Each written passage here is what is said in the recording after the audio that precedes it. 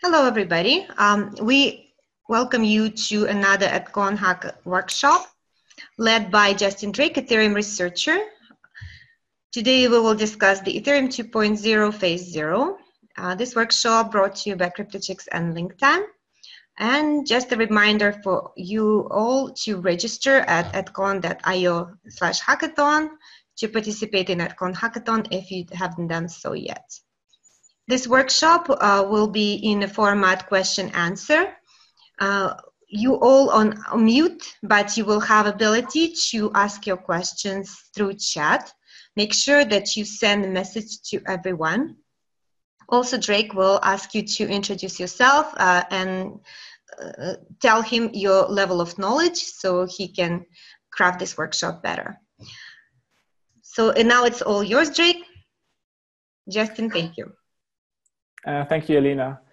So yeah, I'd like to kind of have this workshop be more kind of interactive, be more of a Q&A. So, you know, there's very few of us here, so it might be worth going through a quick round of introductions. Okay, so people can just unmute themselves if they want to make a brief round of introductions. So I'll start the introductions. My name is Justin Drake.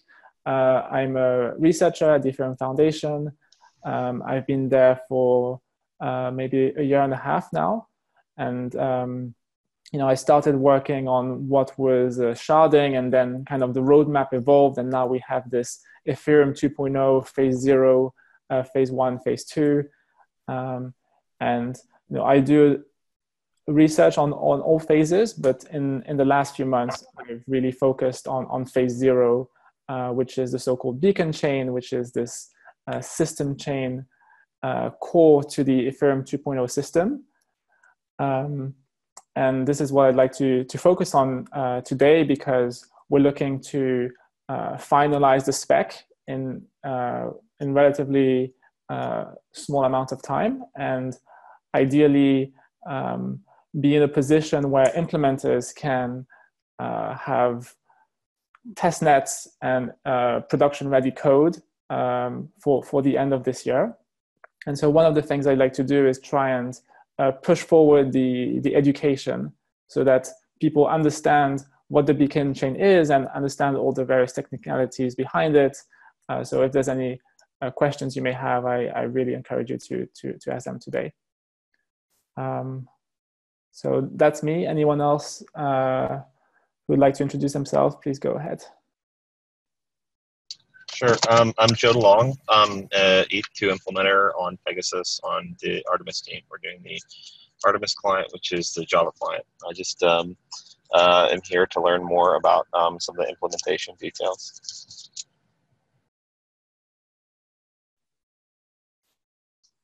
Hi, everyone. I'm James. I'm in Sydney. I used to work at the largest bank here as a blockchain developer, but quickly left after there was basically no real innovation happening there at all. So at the moment, we're working on a wallet because we believe the wallet is one of the most important key components of the whole blockchain eco space. So interested to hear about Ethereum 2.0. Cheers.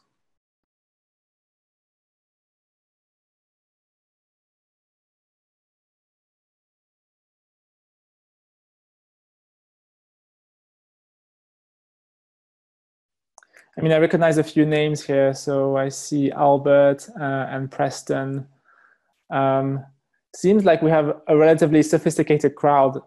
So, I mean, feel free to shoot ahead with questions. If you have any, feel free to ask in the chat or to just unmute yourself. There's sufficiently few of us that we can just have a discussion, I guess.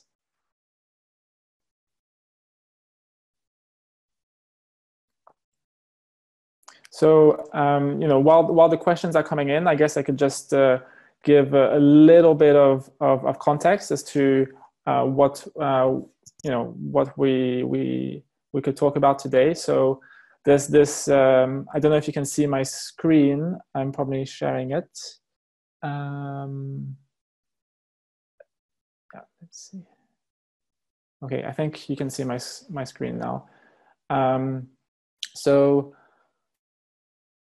there's this Ethereum 2.0 spec, which is available on GitHub, and this is kind of the canonical reference for implementers to implement. The main focus of the spec is the so-called state transition function. So the beacon chain is this blockchain which you can think of abstractly as a state machine, which advances with every block. And so the role of the spec is to describe how the state of the blockchain advances with every block. One of the roles of the beacon chain is to be this administrative chain for the proof of stake system of Ethereum 2.0. And with proof of stake means having identities which are cryptographic identities to which are assigned stake. So one of the core data structures in the state will be the so-called Registry of Validators. And one of the features about proof of stake is that these validators, you can think of them as voters. So 1 unit of stake will allow them to cast 1 unit of vote per unit of time. And you can think of the beacon chain as this voting machine, which is basically organizing the voters, making sure that they can register, they can deregister, that their votes are properly tallied, that if they do bad things, that they get penalized and removed, and that the whole process moves forward. In addition to providing like this basic registry maintenance service for the rest of the Ethereum 2.0 system, the beacon chain provides a bunch of other services which we can drill down. So one of these services is a notion of randomness, which is very important in the context of sharding, because the way that we get scalability from sharding is that we will randomly select committees of voters from this larger pool of validators. So we want this randomness to be generated in a decentralized fashion, and this is one of the things that the beacon chain does.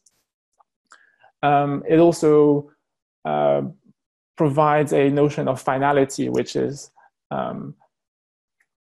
that there are certain criteria whereby you can say that a certain block in the beacon chain is so-called finalized.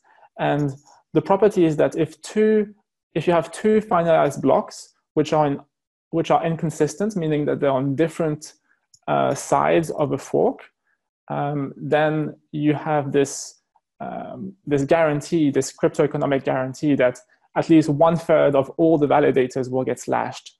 And so when you have a situation where you have billions of dollars that is being staked in the validator pool, you know that if a certain block gets finalized, then it would cost a huge amount of money to basically create another finalized block which is inconsistent, and hence you can use these finalized blocks as kind of anchors that you can assume will not revert based on cryptoeconomic assumptions. And the beacon chain provides other services that we can also discuss. So first question, how do we scale the number of researchers on Ethereum 2.0? Okay, so this is something that I've been asking myself. Why do we have so few researchers on Ethereum 2.0?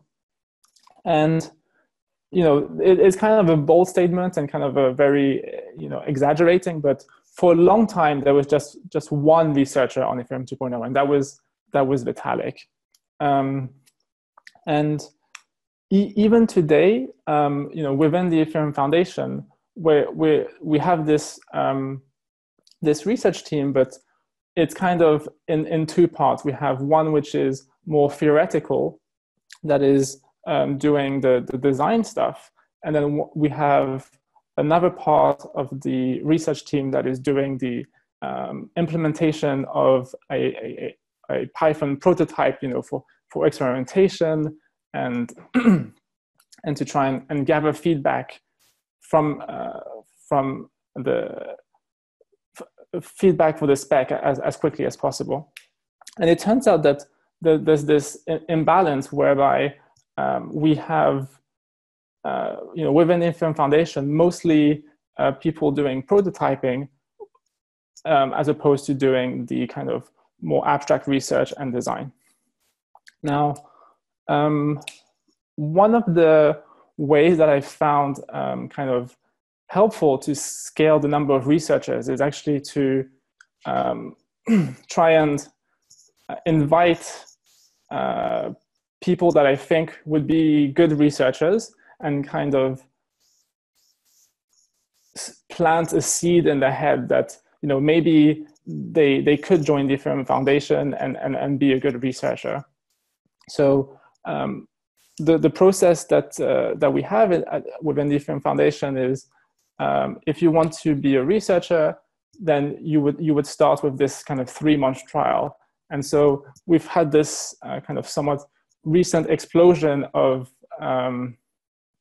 recent hires that have come for the 3-month trial simply through approaching them and talking to them about ETH research and them realizing that it might actually be a good match. I'm not exactly sure why people don't necessarily naturally come to us. So when I applied for the Ethereum Foundation, when I was considering working for the Ethereum Foundation, I thought that there was this huge team of researchers already working on Ethereum 2.0, and I didn't really know that there was actually very, very few. So maybe people are making the same assumption as me that the project is already in good hands. But having few researchers also comes with benefits, because it means that it's easier to come to rough consensus. If there's like 3 or 4 researchers, we tend to have somewhat diverging opinions, but we can come to rough consensus relatively quickly. If there was a team of 10 of us, that are contributing to the design in a very significant way, then there could be more bike shedding and we could move slower. One of the things that we've tried to do to kind of scale the number of researchers is have these various research workshops, which are not necessarily targeted at blockchain people, but targeted at people that have academic backgrounds, for example, in mathematics or cryptography. Because one of the things we found is that oftentimes we need to use cryptographic tools in novel ways, or we have these new requirements for cryptographic tools. So recently we had this shuffle function, which we wanted to be locally computable, and internally to the Ethereum Foundation, we didn't really have the skills to identify what would be an appropriate shuffle function, and being able to leverage the cryptographic community has been helpful there. Right now we're looking into MPC-friendly PRFs, pseudo-random functions, in the context of custody bits. We've been looking at VDFs, which involve RSA MPCs. We've been looking at Starks. We've been looking at SNARK and Stark-friendly hash functions. Quite a bit of what we do as a crypto-economic designer is basically trying to build a tool set of appropriate cryptographic tools. And so one of the things we've done to kind of become more powerful as a group of researchers is make friends with with cryptographers, which has been great. Okay, next question. During the phase where there is both proof of stake and proof of work on Ethereum, can there be a case where there are two valid blocks, one from proof of stake, one from proof of work, proposed at the same height? Okay, so we used to have a design where we would kind of bolt on the proof of stake finality mechanism on top of proof of work, but this roadmap has been abandoned. So now we have two very much different blockchains. We have the what I call the Ethereum 1.0 chain, which is the current chain, which is a pure proof of work, and then we have the Ethereum 2.0 chain. And it's legitimate to talk about 2.0 because it's in a way a separate blockchain, which is going to be the proof of work, proof of stake chain. So you can't really have this situation where the proof of work and the proof of stake contradict on a single blockchain. One of the things that we will have is that in the short term, the short and medium term, the proof of stake chain will kind of be dependent on the proof of work chain. And the reason is that we want to do deposits of ETH from the ETH1 chain to the ETH2 chain. And so the Ethereum 2 chain kind of needs to be aware of the Ethereum 1 chain and will follow that. But in the future, we're kind of looking to inverse the relationship where the Ethereum 2 chain would be the primary one, and the Ethereum 1 chain would kind of follow its security. So from a security standpoint, right now, the Ethereum 1 chain has quite a bit of security through the high minting of the tokens to support the proof of work. But we have this roadmap where we basically want to drastically reduce the issuance of new tokens on Ethereum 1, potentially reduce that to 0 and only rely on transaction fees. And in addition, bring in the finality gadget, which we get from proof of stake, and kind of endow it to the Ethereum 1 chain.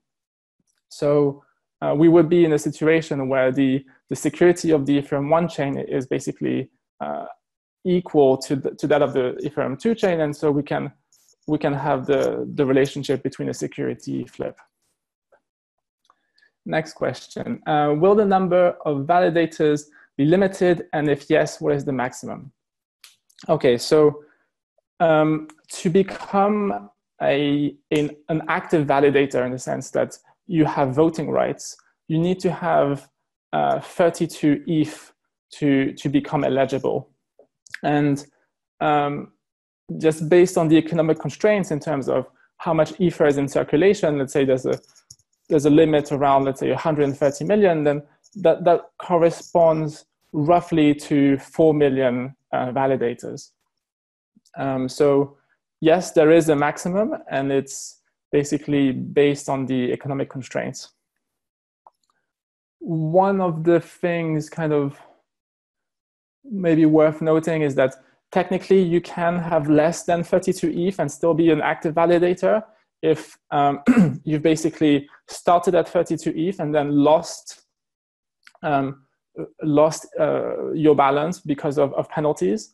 But the thing to note here is that when you lose balance, this actually gets burnt. So you can't double the maximum of validators to 8 million because you still have this economic constraint. Okay, next question. How are active validators invited? So right now, in the short term for phase 0, the idea is that you make a deposit.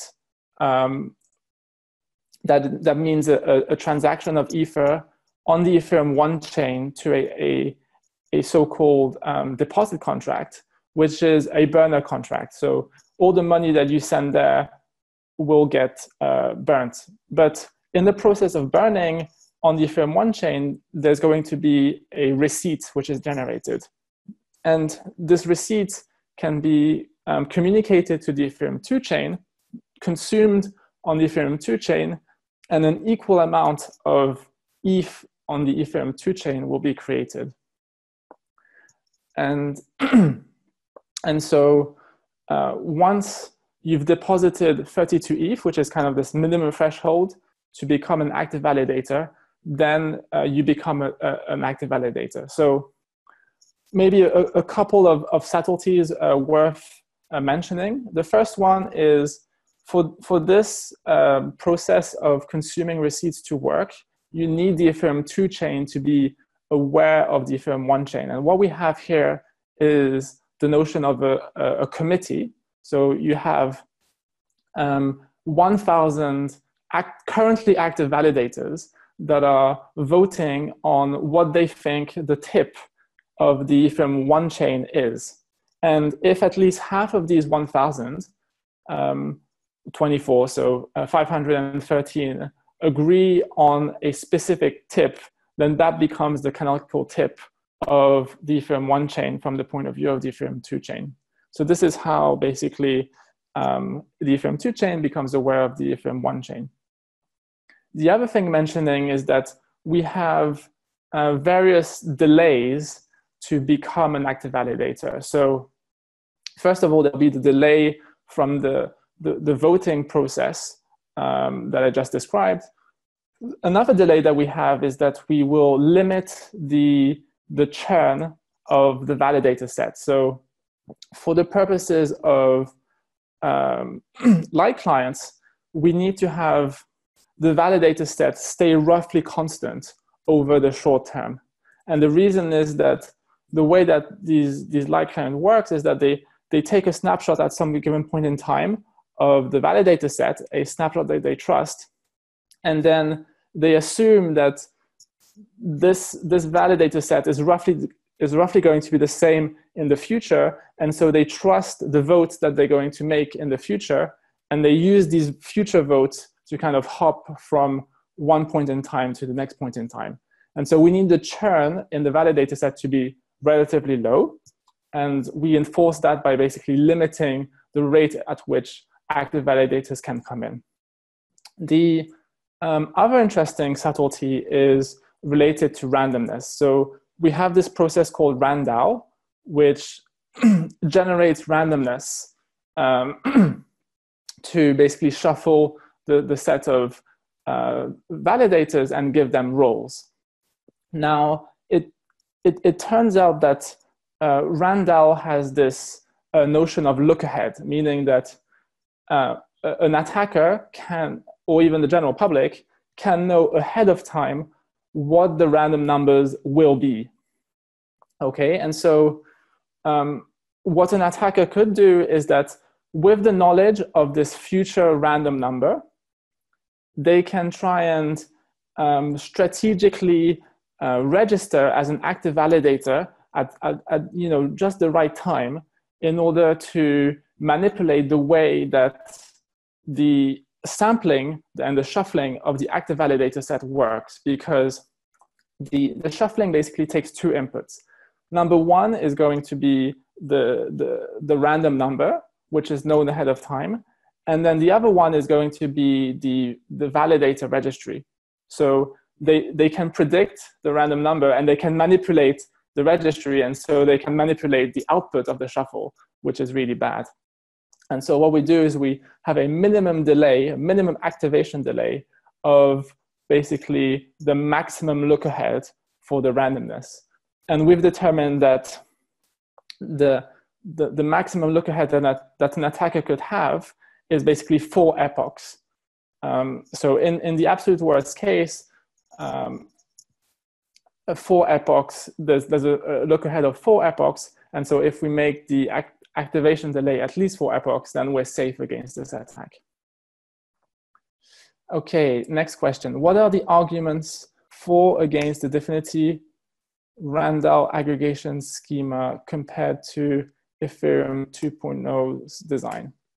Okay, so I guess we need to separate RANDAL from Affinity's scheme. So RANDAL is not some sort of generic word that you can use for all randomness schemes. It's a very specific kind of type of scheme which is based on effectively commit reveal. So you have a pool of validators who are committed to some local entropy. At some point in the future, they're invited to reveal the local entropy, and then the local entropy is aggregated, it's mixed together to generate this kind of final random number. Now, the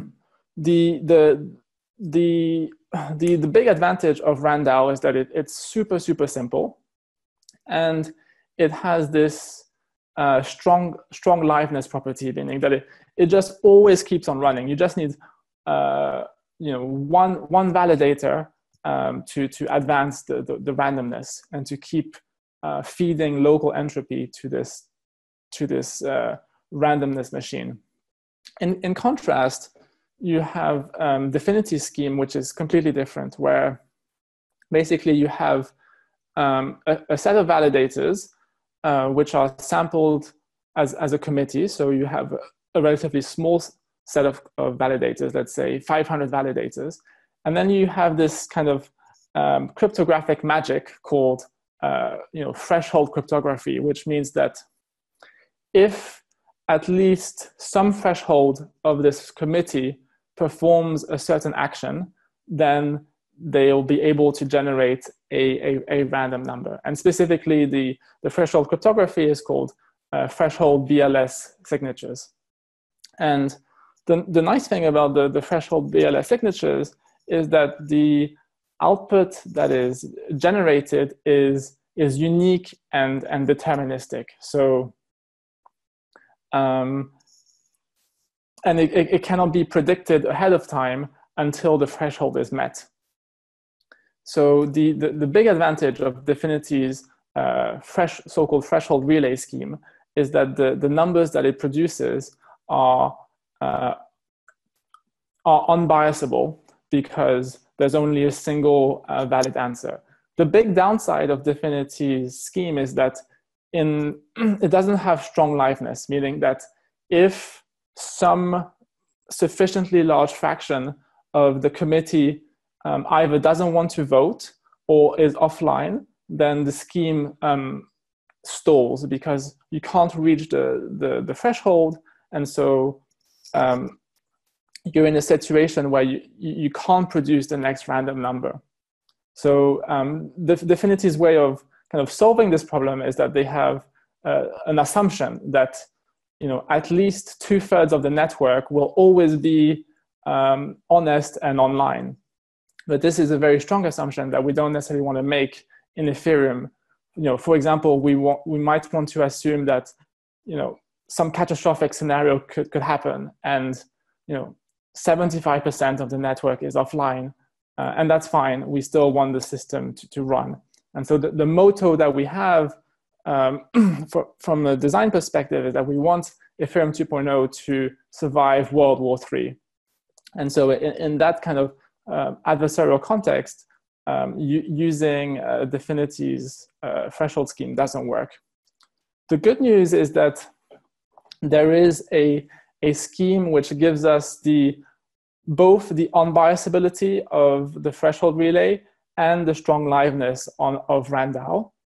And that's basically taking RANDAL as a base layer and upgrading it with a notion of VDF, verifiable delay functions. So it turns out that with RANDAL, you don't have this uniqueness property. So people that are invited to reveal their local entropy can either reveal it or not reveal it, is their choice. And whatever action they take will have an impact over the final random number. And this is bad because they can use this impact to their advantage to try and bias the random number. And the idea of VDFs is that you can introduce a time delay, a real world physical time delay, and basically use the laws of physics to prevent meaningful bias to the random number. And the way that it works is that you have a first stage where the RANDAO produces a kind of biasable seed, and then you take that seed and then you do a lot of calculations, which will take a lot of time. But after a lot of time, let's say after an hour, you have a unique output, which number one, cannot be predicted ahead of time because there's all these calculations to do. And number two, there's a unique output. So there's no opportunity for manipulation from the start of the computation onwards. And so the idea of combining RANDAO with VDFs is that when at the point in time where people reveal their local entropy, they're basically not aware of how their actions will affect the final random number. And so the analogy that I have here is that you have people in a room that are kind of in a completely dark room, and you have a die in the middle of the room. And so people are invited to roll the dice. And so long as one single person rolls the dice in this dark room, then the dice will kind of fall in some sort of random position. And then once everyone has been invited to roll the dice, and so that that with very high probability, at least one person has bothered to roll the dice properly, then you can turn on the lights. And when you turn on the lights, the numbers you see in the dice will be those random numbers. And basically, what the VDF does is that it is this light switch. It makes sure that no one can turn on the lights too early. So in terms of rollout, we're looking to only roll out phase 0 with RANDAO. And then once we have VDFs ready for deployment, that can be an upgrade to Ethereum 2.0. The difficulty with VDFs, I mean, there's many difficulties, but one of the big ones is that it involves hardware, like building hardware. And so this is the reason why we likely won't see VDFs in production in the short term, in the short and medium term. Okay, what are the use cases for staking in phase 0? So the kind of the benefit of staking in phase 0 is the same as the benefit for staking in phase 1 or phase 2 or at any point in the future. It's basically to earn interest. So basically, we're looking to target the rational the rational validator who's looking to make a profit from locking their ether and supporting the Ethereum 2.0 network. So other reasons to stake could be malicious intent. So if you're an attacker, you might want to try and stake ether to kind of destroy Ethereum 2.0 if that's your intent. But the good news here is that you would need to be a really, really large attacker. And the assumption that we make is that the economic layer of Ethereum is sufficiently decentralized and that most players in the space are either honest or rational players, and so they wouldn't want to basically stake for the purpose of destroying the system. Okay, next question. Will the non-fungibility of ETH in the beacon chain during phase 0 and 1 break some of the safety guarantees of proof of stake? Okay, so I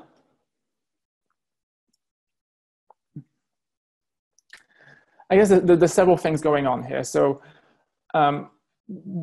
one of the things that we've recently added in phase 0 itself is the notion of transfers within the beacon chain. So within the beacon chain, everything is fungible and liquid. I guess the question relates to the relationship between the ETH as we currently know it and the ETH that will exist in the beacon chain. So there's at least there's a one-way direction in which you can take ETH on the ETH1 chain and use that to buy ETH on the ETH2 chain. And that's kind of a one-way peg. And then at some point in the future, but that's kind of orthogonal to the phase 0, phase 1, phase 2, we want to introduce two-way fungibility between these two tokens. So just to clarify why we have two tokens, the reason is that you have you basically burning ETH as we currently know it, and then you're recreating some other token on the Ethereum 2 chain. Now, the intent is that these two tokens be exactly the same, be fungible.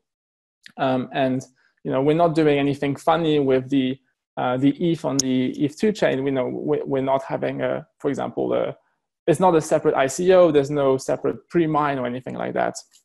The main reason why we don't have this two-way fungibility is for technical reasons. So in addition to the the ETH2 chain being aware of the ETH1 chain, we would also need, for two-way fungibility, the ETH1 chain to be aware of the ETH2 chain, and basically to have a very tight coupling of the security. And the way we're looking to do that is kind of progressively. So first, we will need basically the ETH1 chain to be aware of the ETH2 chain via a light client. So via light clients. So there's kind of two ways to do that. Either you kind of have a smart contract in the Ethereum 1 chain, which is a light client for Ethereum 2. And the other option is basically every Ethereum 1 client to be aware of the Ethereum 2 chain kind of externally to the blockchain. And once you have either of these two things, then you have the option of basically upgrading the Ethereum 1 chain's fork choice rule to respect the security of the ETH2 chain. So the ETH2 chain has this notion of finality, and it also has some notion of the tip of the ETH1 chain. And so if the ETH2 chain is aware of some tip of the ETH1 chain and has finalized that, then we can have the Ethereum 1 chain kind of respect this finality and never revert this finalized block. But in order to get to that point, we basically need, as I mentioned, the Ethereum 1 chain to be aware of the Ethereum 2 chain. And for all the clients to be able to do that, including the light clients, we need light client infrastructure. And so that will take a little bit of time. And once we have this upgrade of the fork choice rule on Ethereum 1, then we can look to basically fork the Ethereum 1 chain again to basically have a new contract, which would basically be the dual contract of the deposit contracts. It would be basically a kind of a minting contract. Instead of being a burn contract, it would mint tokens, and instead of generating receipts that would be sent from one chain to the other, it would do the opposite. But yeah, this kind of coupling of ETH1 and ETH2 is a separate roadmap one that is orthogonal from phase 0, phase 1, phase 2, which is specific to Ethereum 2. And I guess to answer the actual question, which is, will the non-fungibility of ETH break some of the safety guarantees of proof of stake? The answer hopefully is no. So we would hope that in practice these two tokens trade very closely to each other, so they have roughly the same value. And there's kind of two reasons why they would have roughly the same value. Number one is that, you know, there's this future kind of expectation that the two tokens would be fungible. And so if there is a discrepancy in price, well, that's kind of an arbitrage opportunity that you can take advantage of. And so we're hoping that the market will take advantage of this price discrepancy. The other thing is that you know, it's possible that you know, an entity such as the Ethereum Foundation, they could basically be one of these buyers and make sure that the two tokens trade at roughly the same price. So they would be the arbitrager kind of last resort.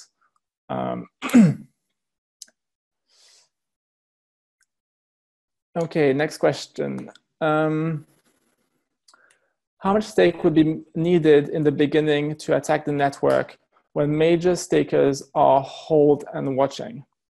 Okay, so we have this kind of parameter, which is a minimum threshold to start the Ethereum 2 chain. So the start of a blockchain is called the genesis. And so we have this 2 million Ether minimum for the genesis of the Ethereum 2 chain. And so if you want to start attacking the network, you would need on the order of a million Ether at the very beginning to break things. Yeah, so that's kind of the order of magnitude. Will ETH1 be phased out eventually? So, you know, my opinion is that the Ethereum 1 chain will live for a very long time, you know, for decades. And the main consideration is that we want it to live a long time, but at the same time we want it to be sustainable. And what does it mean to have a sustainable Ethereum 1 chain? Basically, it means that the issuance, the minting of new tokens be significantly reduced. So as I mentioned, one thing that we want to do is we want to enhance the security of ETH1 and give it the security guarantees of ETH2. And in that context, you don't really need much issuance. So because, okay, so let's say that we reduce the issuance on ETH1 by a factor of 20. So basically what we're doing from a proof of work standpoint is that we're reducing the security to something like an Ethereum Classic. So what we've seen historically with Ethereum Classic is that it's pretty good security, but in some cases, an attacker can indeed perform a 51% attack and roll back the chain. And so what we could do is basically have these Ethereum 1 checkpoints which get finalized, and so any 51% attack would only revert back to the last finalized checkpoint. And one of the things that we're looking to do in Ethereum 2.0 is have a finality mechanism which works on the order of minutes. So optimistically, every 6 minutes you would finalize a new checkpoint. And so this is the kind of granularity of finality that you would get on the Ethereum 1 chain, and that would limit the attack surface of proof of work miners when they make attacks. So one way to keep Ethereum 1.0 running for a very long time is just to increase its security with the finality from Ethereum 2.0 and reduce its issuance. And my gut feel is that actually maybe we can just reduce the issuance to 0 and that would be fine. The other option to significantly reduce issuance is to, instead of leaving the Ethereum 1 chain as is, we basically embed it as a contract within one of the shards in Ethereum 2. And so you know, the virtual machine in Ethereum 2 would be WASM, and you would have to basically encode the rules of the Ethereum 1.0 chain as a WASM contract. And it may be possible. Some people, I think, today are already trying to write the EVM 1.0 as WebAssembly. So that could be doable. But there's all sorts of technological kind of constraints that need to be tackled. So number one is, how do you take the Ethereum 1 chain state, which is quite large, it's on the order of 10 gigabytes, and embed it within a shard? Well, that might not be possible. And so one of the ideas that we have here is we could have a stateless client. So when you want to make a transaction, you would basically provide the data that you need for your transaction in addition to your transaction, and for each piece of data provide a proof that the data is indeed what should be stored in the state, so that the Ethereum 1 contract that lives in Ethereum 2 doesn't have to store the state itself. It basically is just told as a need-to-know basis what the state is with proofs. And so that removes the need to have to store the state. All in all, I'd say this is a very complicated approach. And my gut feel is that just leaving the Ethereum 1 chain as is and just reducing the issuance and increasing security with the finality is sufficient.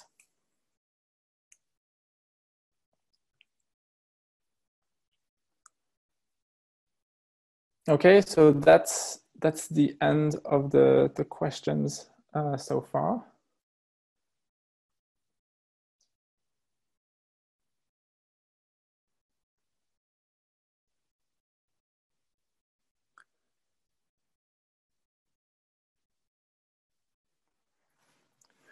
So I guess one of the things that's kind of maybe worth mentioning is that we're in the context of phase 0, we're this kind of interesting moment where the research is moving to a point where the spec is finalizing on one side, and then we have the implementers that are starting to reach a point where hopefully we'll have test nets relatively soon, and there's a point where we can meet in the middle between the research team and the implementers. And this middle bit is the notion of an executable spec. So on the one hand, it's executable code that can be run, and so you can think of it as an implementation. But on the other hand, it's very much focused on the state transition function, and it's focused on minimalism and readability, and so we're at this point where we have now 2 executable specs, one written in Python, one written in Go. The one written in Python is actually relatively cool because it takes the spec as it's written and extracts the various snippets of Python code and concatenates them and runs that. So in a way, the spec that we have right now, which includes human readable text, is an executable spec. And then there's this separate effort from Proto Lambda called Zrinity, ZRNT, which basically takes more of a pure code approach, but very much focused on readability. So we can go through the repository and look at the way it's structured and the code, and it's very simple to follow through. So just to give one example, the state transition function, the way it's defined is that when a block comes in, various tasks need to be done, various actions. And so if you go in the block processing folder, you can see all the various tasks that need to be done, and you can just go ahead and read the code in a very clear way. So for example, if you want to understand how RANDAL works, you can just go there and read the code, and it's just very few lines of code, and it's very clear. And the same for transfers, for example. So transfers is this mechanism that I explained where you can send Ether within the beacon chain from one validator to another validator, and that makes the so-called beacon chain ETH liquid. So you can take your Ether and send it to another validator, which could be, for example, an exchange, and use that as a deposit mechanism into an exchange to sell your beacon chain Ether there.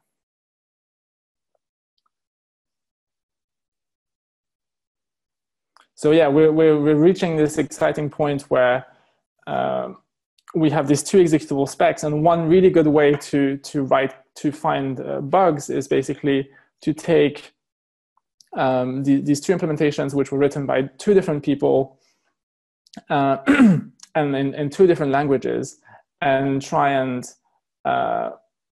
feed them random input. So basically that's called fuzzing. Try and produce as many test cases as possible with random blocks, and that will generate different state transitions. And whenever there's a mismatch, then that's a very interesting opportunity to either fix a bug in one of the implementations, or clarify something in the spec which was maybe not very clear as to what the intent was, and so there was two different interpretations of something that was unclear.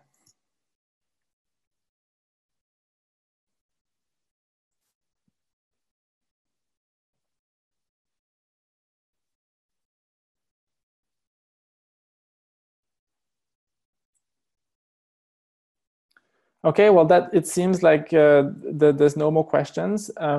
Feel free to shoot me an email if you have more questions. I'm justin@ethereum.org. More than happy to chat about this stuff. Yeah.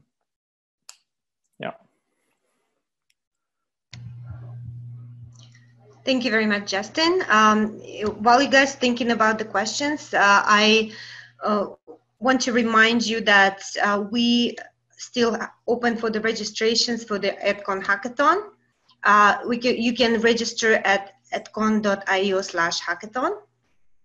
And please also follow us on social media. As a reminder, for the hackathon, we have $12,000 in prizes. So please come and hack and win the prizes and have fun. And also, we will see you there. Thank you very much, Justin, for your workshop today. This was the last workshop from the series of EDCON hack workshops that was brought to you by CryptoChicks and LinkTime. Thank you very much. Thank you, guys. Have a good day. Bye-bye. Thank you. Bye.